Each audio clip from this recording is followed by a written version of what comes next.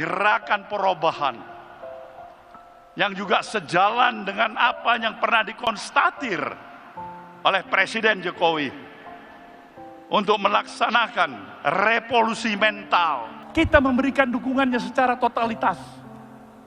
Kenapa? Karena kita mempunyai keyakinan dengan konsepsi, gagasan, dan pemikiran yang sama dengan apa yang kita miliki. Tapi sayang, 1000 kali sayang. Sayang, 1000 kali sayang. Harapan belum menjadi kenyataan. Pak Menteri. Ya, semuanya yang belum maksimal dimaksimalkan. Terima kasih, Bapak. Oke. Masih dihargai, bahwa kemudian Surya Paloh berbicara seperti itu ya mungkin gimana ya? Kalau yang paling rasional itu survei, ya memang tertinggal jauh Aniesnya. Hari ini misalnya kalau kita pakai survei hari ini SMRC ya, Ganjar 38, Prabowo 31, kalau tidak salah Anies 19. Ya dengan angka seperti itu ya wajar meradang. Komentar Pak Surya Paloh tentang moral gitu. Jadi bayangin bapak-bapak yang terhormat, yang mulia, yang punya moral ini. 4.200 tower itu kalau nggak dikorupsi, itu berapa cepatnya internet ini untuk belajar, untuk macam-macam di situ. Itu kalian ambil, kalian potong. Terus ada juga towernya PLN yang menyalurkan energi, dikorupsi juga di situ. Salah satu aspek mengapa revolusi mental itu juga mengalami hambatan, karena saat itu ada yang menyalahgunakan hukum melalui jaksa agung sebagai instrumen kekuasaan. Sehingga itu seharusnya sebelum menyampaikan kepada publik, lakukan otokritik terlebih dahulu, melihat ke dalam, dan itulah yang Bang Surya Paloh, revolusi mental ini masih relevan kok dan belum sepenuhnya gagal. Seringkali konsep ini menuai daran terjal dan sering ditolak oleh manusianya sendiri. Bagaimana tidak? Pak Jokowi mencontohkan proyek BTS yang berguna bagi masyarakat luas di pedalaman untuk bisa berkomunikasi dengan lancar dengan sesama manusia di Indonesia dan di dunia, malah dijadi bancaan korupsi oleh menterinya dari Partai Nasdem gitu loh. Lah jadi ketika Pak Surya Paloh ini berbicara mengenai mental dan moral, apa tidak mempermalukan dirinya sendiri? Oleh karena itu kita menggunakannya di laboratorium ini sebagai sistem indoor farming. Saya sangat senang dan bersyukur Bapak Presiden bisa memberikan fasilitas sebagus ini untuk anak muda Papua. Itu artinya bahwa Bapak Presiden percaya kami bisa bertanggung jawab dengan hadiah yang telah diberikan oleh Bapak Presiden.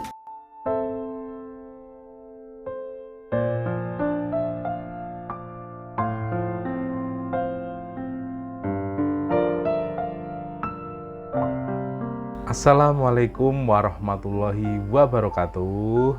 Halo Sobat Grup Bukan Gokil semuanya, sehat ya untuk hari ini ya. Nah, kemarin Pak Jokowi membalas sindiran Surya Paloh di GBK di depan para awak media ya. Nah, sebelumnya ya, ada penilaian menarik dari Ketua Partai Nasdem yakni Surya Paloh pada orasinya di GBK sambil mengungkit alasan Nasdem saat mendukung Jokowi pada Pilpres 2014 lalu ya. Paloh mengakui bahwa saat itu dirinya mendukung Jokowi karena konsep gerakan revolusi mental yang dicetuskan oleh Pak Jokowi. Namun menurut Paloh, konsep tersebut belum bisa memenuhi harapan. Meski dulunya Jokowi dan Nasdem dianggap sama-sama memiliki konsep gagasan mengenai gerakan perubahan, jika konsep revolusi mental yang dinilainya bagus dan sejalan, makanya Paloh lantas sepakat dan membawa gerbong Nasdem untuk memilih Pak Jokowi di 2014 dan 2019 lalu ya. Lucu sekali ya Pak Surya Paloh ini, mentang-mentang sekarang relasinya sudah dingin dengan Pak Jokowi, karena ulahnya sendiri loh. Lah kok mengungkit-ungkit yang dulu seakan-akan lebih berjasa menjadikan Pak Jokowi sebagai presiden ya. Padahal kalau koalisi itu kan sifatnya saling menguntungkan gitu loh. Nasdem juga diuntungkan kan tentunya dengan memimpin Pak Jokowi, tentunya rakyat juga memilih wakil-wakil rakyat dari Nasdem. Nah itu kan saling membutuhkan, simbiosis mutualisme gitu loh. Bang Surya Paloh, revolusi mental ini masih relevan kok dan belum sepenuhnya gagal. Seringkali konsep ini menuai darah terjal dan sering ditolak oleh manusianya sendiri. Bagaimana tidak? Pak Jokowi mencontohkan proyek BTS yang berguna bagi masyarakat luas di pedalaman untuk bisa berkomunikasi dengan lancar dengan sesama manusia di Indonesia dan di dunia, malah dijadi bancaan korupsi oleh menterinya dari Partai Nasdem gitu loh.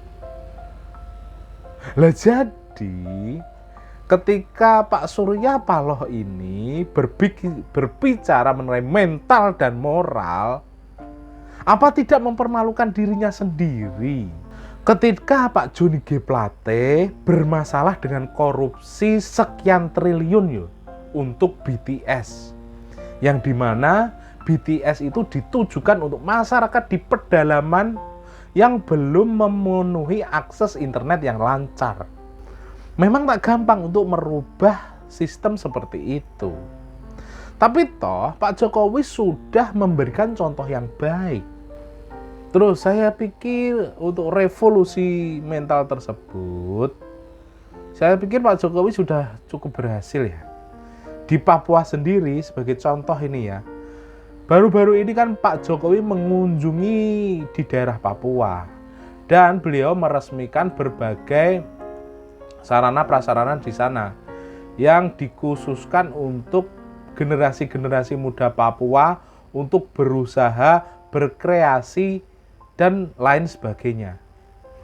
Seperti halnya Papua Street Carnival dan juga Papua Youth Kreatif. Di situ anak-anak muda Papua bisa berkreasi sedemikian rupa, mulai dari fashion, dari bisnis, dari kuliner dan lain sebagainya lah, UMKM dan lain sebagainya lah. Dan itu apa? Merubah mindset anak-anak di Papua supaya menjadi lebih maju gitu loh. Dan ini menjadi salah satu keberhasilan Pak Jokowi dalam merevolusi mental tersebut gitu loh, mengubah mindset cara berpikir anak-anak di Papua tersebut. Dan berikut ini merupakan videonya.